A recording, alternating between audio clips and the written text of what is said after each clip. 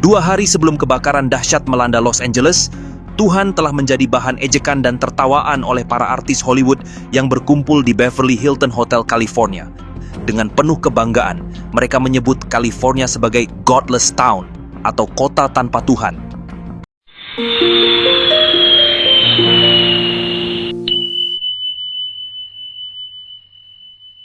Ini terjadi dalam ajang Golden Globe Awards ke-82 yang digelar pada hari Minggu, tanggal 5 Januari tahun 2025. Nikki Glaser, pelawak dan pembawa acara TV kenamaan, melontarkan pernyataan kontroversial yang segera memicu gelak tawa para selebriti yang hadir.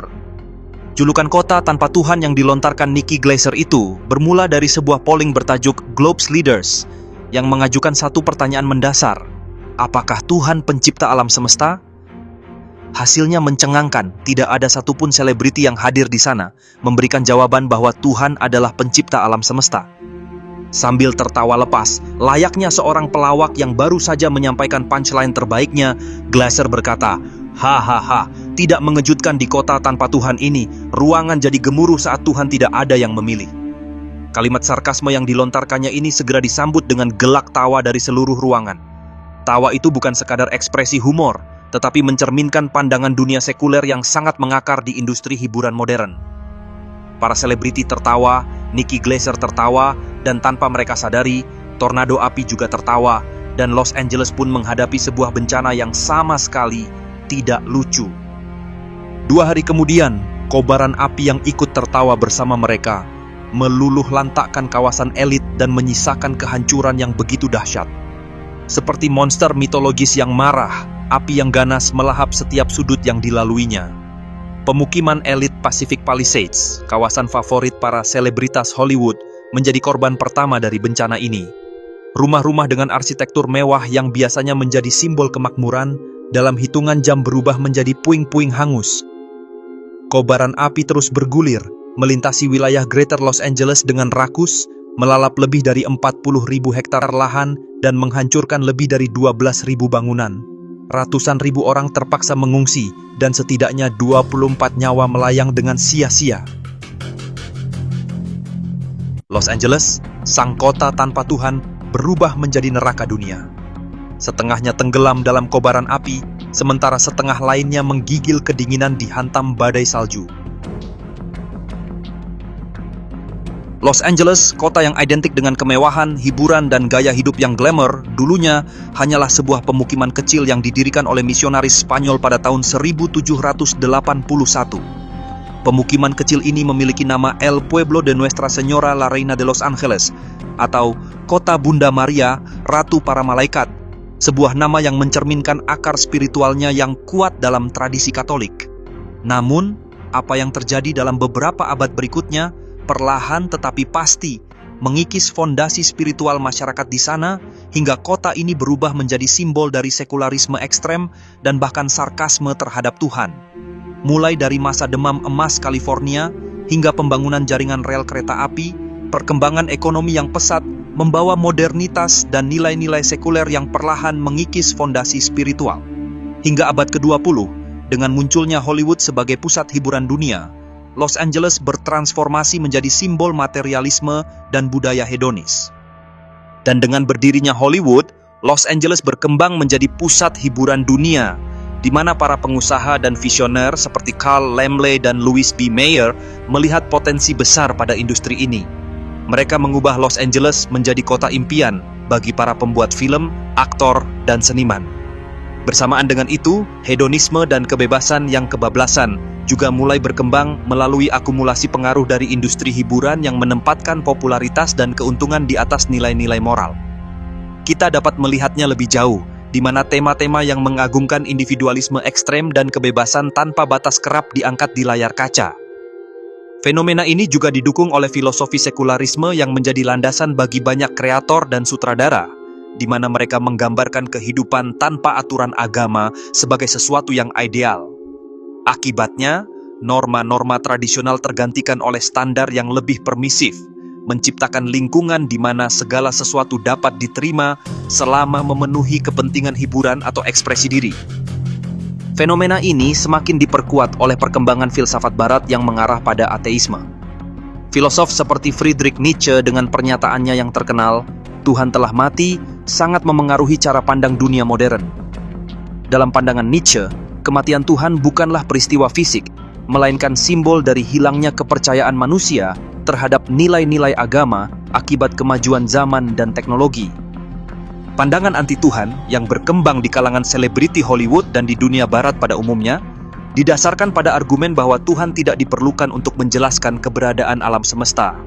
Mereka berpendapat bahwa berbagai penemuan dan teori-teori seperti Big Bang dan evolusi dapat menjelaskan asal-usul dan perkembangan alam semesta tanpa perlu melibatkan entitas yang lebih tinggi. Dengan kata lain, mereka menganggap bahwa alam semesta dapat dijelaskan melalui hukum-hukum fisika dan proses-proses alamiah yang dapat dipahami melalui ilmu pengetahuan, tanpa perlu merujuk pada kekuatan transendental atau pencipta yang lebih besar. Namun demikian, pandangan yang berasal dari logika rendah ini dengan sangat mudah dapat dibantah dari beberapa perspektif filosofis. Filsuf dan teolog Thomas Aquinas mengajukan 5 jalan untuk membuktikan adanya Tuhan. Salah satunya adalah argumen sebab akibat, yang menyatakan bahwa segala sesuatu yang ada di dunia ini memiliki sebab dan akibat. Jika kita melacak sebab akibat dari segala hal yang ada, kita akan sampai pada kesimpulan bahwa pasti ada suatu entitas pertama yang menyebabkan segalanya, yang tidak disebabkan oleh apapun selain dirinya sendiri, yang tidak terikat oleh ruang dan waktu, dan itulah yang disebut sebagai Tuhan. Selain itu, hukum-hukum fisika dan keteraturannya yang luar biasa bukanlah hasil kebetulan, melainkan hasil dari perancangan yang disengaja oleh kekuatan yang lebih tinggi. Oleh karena itu, pandangan ini sejatinya dapat dibantah dengan logika yang sangat sederhana, bahwa sesuatu yang ada tidak mungkin muncul dari ketiadaan. Alam semesta dengan segala kompleksitas dan keteraturannya menunjukkan adanya sebuah desain yang cerdas. Dan filsafat klasik dan teologi menyebut argumen ini sebagai prinsip sebab akibat atau kausalitas. Terlepas dari semua argumen mereka yang mudah dibantah, anehnya, meskipun nilai-nilai internal Hollywood bertentangan dengan nilai-nilai spiritual, banyak masyarakat dunia, termasuk Indonesia, yang tetap mengidolakan para artis, selebriti, dan produk budaya dari kota ini. Secara psikologis, fenomena ini dapat dijelaskan oleh daya tarik citra kemewahan, kesuksesan, dan kebebasan yang kerap dipromosikan oleh industri hiburan. Hal ini semakin nyata, di mana sosial media dan film-film Hollywood menciptakan fantasi yang membuat banyak orang merasa bahwa mereka dapat melarikan diri dari realitas kehidupan sehari-hari. Sementara itu, secara sosiologis fenomena ini juga mencerminkan efek dari kolonisasi budaya, di mana masyarakat dari negara berkembang cenderung mengagumi budaya dari negara maju yang dianggap lebih superior. Parahnya, kekaguman ini justru tidak disertai dengan pemahaman kritis terhadap nilai-nilai yang terkandung di dalamnya, yang sebenarnya malah bertentangan dengan budaya lokal yang religius. Lagi pula, budaya mengidolakan selebriti Hollywood ini juga menunjukkan adanya krisis identitas yang melanda banyak masyarakat modern. Ketika budaya lokal dianggap ketinggalan zaman atau kurang menarik, budaya global yang sekuler dan hedonistik justru diadopsi tanpa kritis. Ini adalah tantangan besar bagi masyarakat timur untuk mempertahankan jati diri mereka di tengah arus globalisasi yang semakin deras. Pada akhirnya, kebakaran dahsyat yang melanda Los Angeles tidak hanya berbicara tentang kehancuran fisik, tetapi juga menjadi simbol dari kehancuran spiritual yang mendalam.